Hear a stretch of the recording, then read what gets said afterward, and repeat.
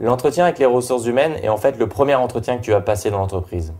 C'est le premier entretien d'une suite de 2, 3 entretiens. Après, tu auras un entretien avec un opérationnel, éventuellement un manager. Mais c'est vraiment la première étape à passer.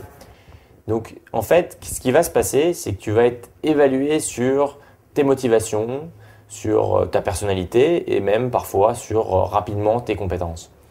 Donc, ce qu'on a fait, c'est qu'on a simulé avec Arkema un entretien avec une personne des ressources humaines pour que tu puisses voir un peu comment ça se déroule, comment ça se passe, quel est le comportement du recruteur, pour que tu te prépares encore mieux pour le prochain entretien.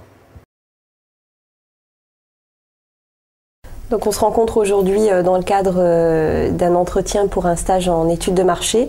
Ce que je vous propose, c'est que je vais vous laisser la parole, je vais vous laisser vous présenter, me parler de votre projet professionnel et puis ensuite on reviendra sur le groupe Arkema et sur les missions proposées.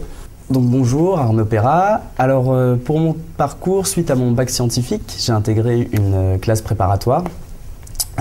Au cours de ces classes préparatoires, en fait, les matières qui m'ont plus intéressé concernaient la chimie. J'ai donc décidé par la suite d'intégrer une école, donc logiquement une école d'ingénieurs chimistes. Ensuite, pendant ce cursus en école, j'ai senti que j'avais besoin un peu de sortir de la technique et de m'orienter un peu plus vers le côté business.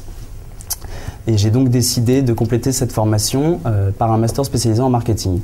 Donc dans mon parcours, le stage le plus significatif, c'est donc le stage de fin d'études de mon école d'ingénieur, où j'étais en fait assistant chef de produit dans un grand groupe international de cosmétiques et où j'assistais le chef de produit dans ses missions et dans le lancement d'un nouveau produit.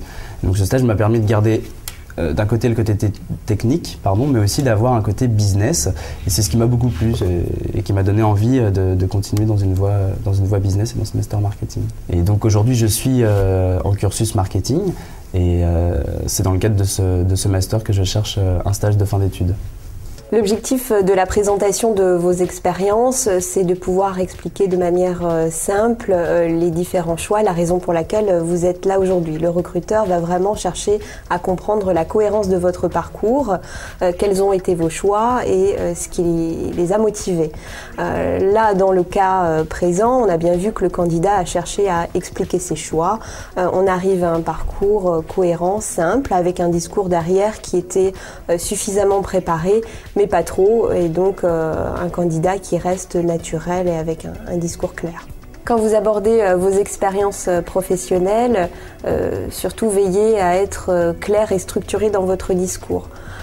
Pour être structuré, le meilleur moyen, c'est d'argumenter, en fait, de présenter votre expérience en 3 parties. La première partie qui présente la structure dans laquelle vous avez évolué, donc l'entreprise, le service auquel vous étiez rattaché. Ensuite, parlez de manière simple de vos missions, des tâches que vous aviez à accomplir. Et troisième partie, prenez du recul, dites ce que cette expérience a pu vous apporter, ce que vous en avez retiré comme enseignement. Si jamais vous êtes en entretien pour un stage, que vous avez donc peu d'expérience, n'hésitez pas à présenter de la même manière vos expériences associatives ou vos implications dans différents loisirs, par exemple. Vous postulez aujourd'hui pour un stage en études de marché. Est-ce que vous avez déjà une idée de ce que vous avez envie de faire plus tard ? Oui, alors idéalement commencer sur une fonction d'ingénieur de développement ou chef de produit.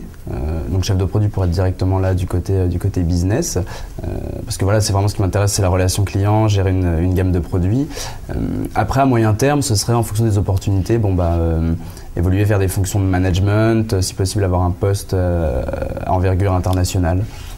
La question du projet professionnel, c'est une question à laquelle vous devez vous préparer. L'objectif pour le recruteur, c'est d'aller au-delà du poste pour lequel vous le rencontrez aujourd'hui. Un recruteur, notamment quand il vous recrute pour un premier poste, il vous recrute pour ce poste, mais aussi pour les années à venir. Donc son objectif, ça va être de bien valider que le projet professionnel du candidat est réaliste et est en lien avec ce que peut proposer l'entreprise.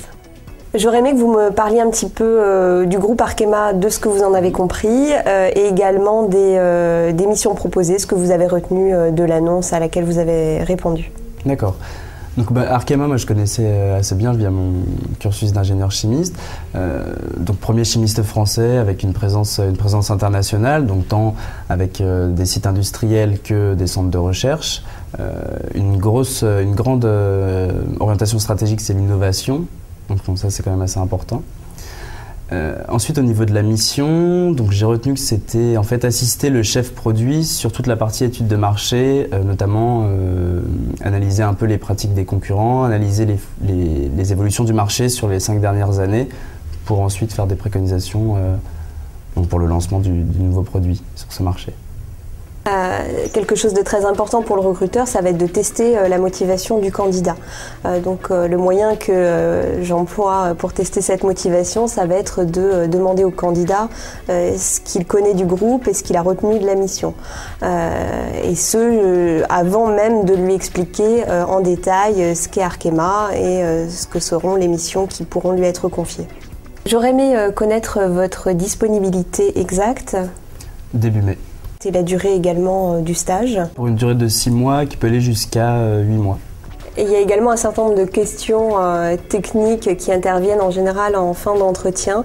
Je pense notamment à la disponibilité, aux prétentions salariales quand il s'agit d'un premier emploi. Il faut absolument que vous ayez une fourchette en tête. À la mobilité géographique, quand l'entreprise est implantée un petit peu partout en France ou à l'étranger. Et également, préparez-vous à être testé en anglais. Très bien. J'aurais aimé également savoir si vous aviez d'autres pistes en cours, mis à part Arkema. J'ai d'autres pistes, oui, j'ai lancé différentes candidatures, j'attends les réponses. D'accord. Si jamais vous avez un choix à faire, quels seront vos critères? Alors la principale différence, ce sera le secteur d'activité. Moi j'ai envie de continuer dans le secteur de la chimie, donc c'est vrai que je donne priorité à Arkema. La question sur les autres pistes du candidat est une question à laquelle il faut plutôt répondre de manière honnête. Ça permet surtout au recruteur de situer le candidat dans son avancement, dans l'avancement de ses recherches. Peut-être d'être vigilant sur la nature de ces pistes. Ce qui pourra mettre la puce à l'oreille au recruteur, c'est si ces pistes sont un petit peu incohérentes, si le candidat mène des pistes dans des secteurs ou sur des missions très diversifiées. Il faut quand même garder une vraie cohérence dans la recherche d'emploi. D'accord. Très bien. Mais écoutez, tout ça me paraît assez clair. Je vous remercie d'être venu. J'ai encore des candidats à rencontrer pour ce stage. L'idée, c'est que moi, je sélectionne 2 candidats finalistes qui vont rencontrer l'opérationnel, le responsable du stage. Et c'est le responsable du stage qui fera le choix final. Très bien.